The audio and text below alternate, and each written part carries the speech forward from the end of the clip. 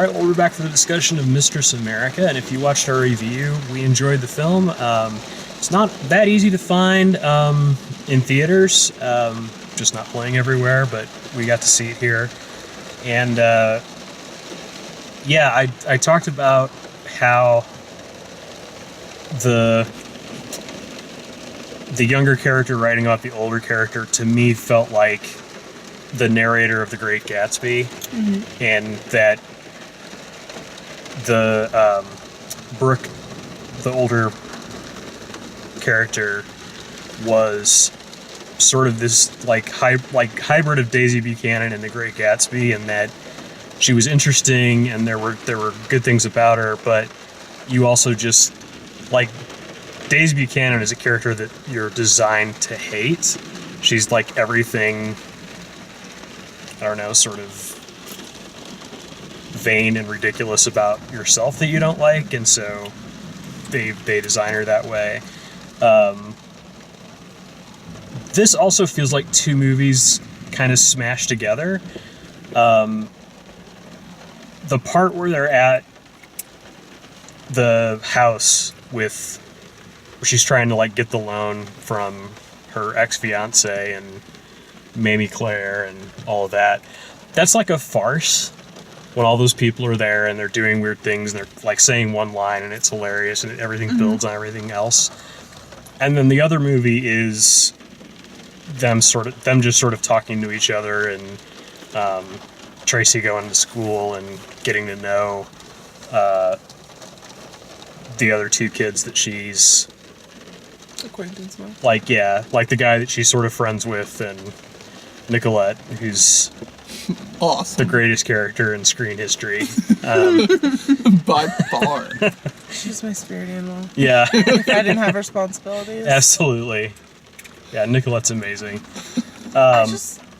Sorry, go ahead. No, I feel like she's what if you were to Google millennial, that's her. Like Brooke, or yeah. Like, I feel like a lot of parents or grandparents can be like, my granddaughter's the same way. She's all these great ideas. She's going to plan all this stuff, but never follows through with anything. You know? And Frances Ha, the last movie they did together, which was the first movie they did together, she plays a very similar character, but she's like essentially couch surfing. She's in like a pseudo relationship with a woman at the beginning of the movie, and she gets kicked out and she can't quite let go of that other woman, and so she's like couch surfing around. And it's a very similar character, but you feel sorry for her. You feel sorry for her because of that side of things, but you also don't feel sorry for her because she's this kind of ridiculous, like, she's not following through on anything. She's not doing anything productive. She's just, like, using her way through couches and, like, that sort of thing. And I think that movie has a direct, like, you could see the line from that movie growing into this movie, where you have Tracy as this extra character to give substance and shine a light on more of that stuff. It's actually like narrate and give you a little bit more, because you can't trust Greta Gerwig's character in either movie. She's full of it. Like, she's gonna say whatever she wants to say, and it doesn't have any bearing in reality. Yeah. So to have Tracy there as someone to say, like, yeah, but she's never gonna have this restaurant. Like, she's the only one that can't see that she's never gonna have this restaurant. But yeah, because she wasn't brought up like that. Yes. I don't know, I really enjoyed her character, and it's a good movie where you can see a single female woman, two of them lead characters, and she's not following the stereotypical, I'm gonna have kids and get married, or my husband's, I'm gonna work really hard, go to school, get an education, get a good job, and then I'm gonna become, right, rely on his money. We're gonna move out of the city into the suburbs and stuff like that. So I really enjoyed that aspect of the movie. Yeah. Because the girl stayed strong in her character. Whether or not she goes off to California to be a hot mess, well then, sure, you'll meet her later in life and you'll know what type of person she was. But She has a good story along the way. Yeah. Yeah, you might check out Frances Ha if you like this movie. Yeah. Because it's like I said, it's a sort of a primordial version of this, but a lot of people really liked it. I have a couple of friends who it was their favorite movie of 2013. So I hadn't heard good things about it, but that was an even harder movie to see. Like, I don't think it ever came. If it ever came to theaters here, it came to like the independent theater in Midtown. I am honestly glad we went and watched this because the characters are ones that I'm gonna remember. They were awesome. Nicolette, great character. Karen, great character. Yeah. And Maybe Claire. Mamie Claire, great character. That scene where she just all of a sudden, puts on the glasses and pulls out these questions. Yeah. Like it's a political debate. Well, but that was really well set up because when they got there, they were having that literary discussion thing. Yeah. It's like, no, she really knows how to do this. Like, she can actually criticize your writing. But she's criticizing your writing by asking you the most insane questions ever. Yeah. It's like there's not even an abortion clinic in my book. There's not an abortion in this story. But why? God, it was awesome. That scene in the house alone would have sold me on this movie, but all the other scenes, like the building, her narration really tied everything together. Yeah. Like, without her narration, I think the movie would have fell flat, or at the very least, we would have been incredibly confused. And that's my problem with Frances Ha, is that it doesn't, to me anyway, I cannot trust what I'm watching on screen.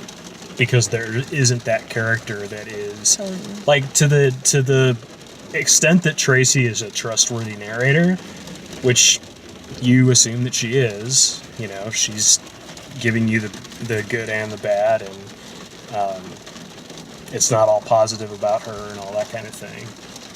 Like, that really helps you understand the level of insanity in Brooke's character. Like, how lost she is, or how much she's just talking to, drown out the fact that nothing is happening for her. The trials that you go through when you're younger and trying to figure out yourself. Mm-hmm. You don't always have the answer. You don't. It's Yeah. okay. Some take longer. And I really, really enjoyed that because, kind of see a little bit of myself in this character. Absolutely. And she's relatable and she's relevant. I really like the self-reflection in the scene where she's talking to her father, and her father mentions that he's not going through with the wedding. Mm-hmm. And she's like, this is what our family always does. Yeah, I felt like that was the one, maybe the one moment where we saw her be real. Her facade breakdown. For just a second, and then she was like, I have an important business meeting I have to get to. And, that was the end of it. She became vulnerable. I don't know. I liked that at the end of it, when it summed it up, she kind of put her crazy in check because she got her feelings hurt. And, an 18-year-old girl was the first person that really kind of brought it home. She's lived the first 29, 30 years of her life in this dream world and having everything. And this one girl brought it down to her. And you could tell the complete, 35-degree change that she made. Of just understanding that, my life really isn't this way. And I do really kind of think a little out there. But she's also moving to LA with no plan. True. Which is... It's crazy. Not a good thing to do. It's crazy, but the fact that she even, had put forth the effort to maybe apply to go to college, maybe, got out of her debt. Mm-hmm. That was good.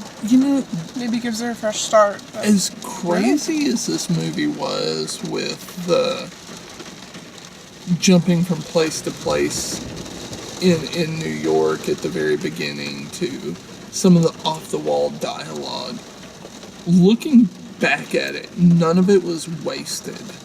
Everything was building up. Like, there was a toss away when Karen says to the main character, whose name just Tracy. Tracy. Not her. Brooke. Thank you. Karen says it to Brooke.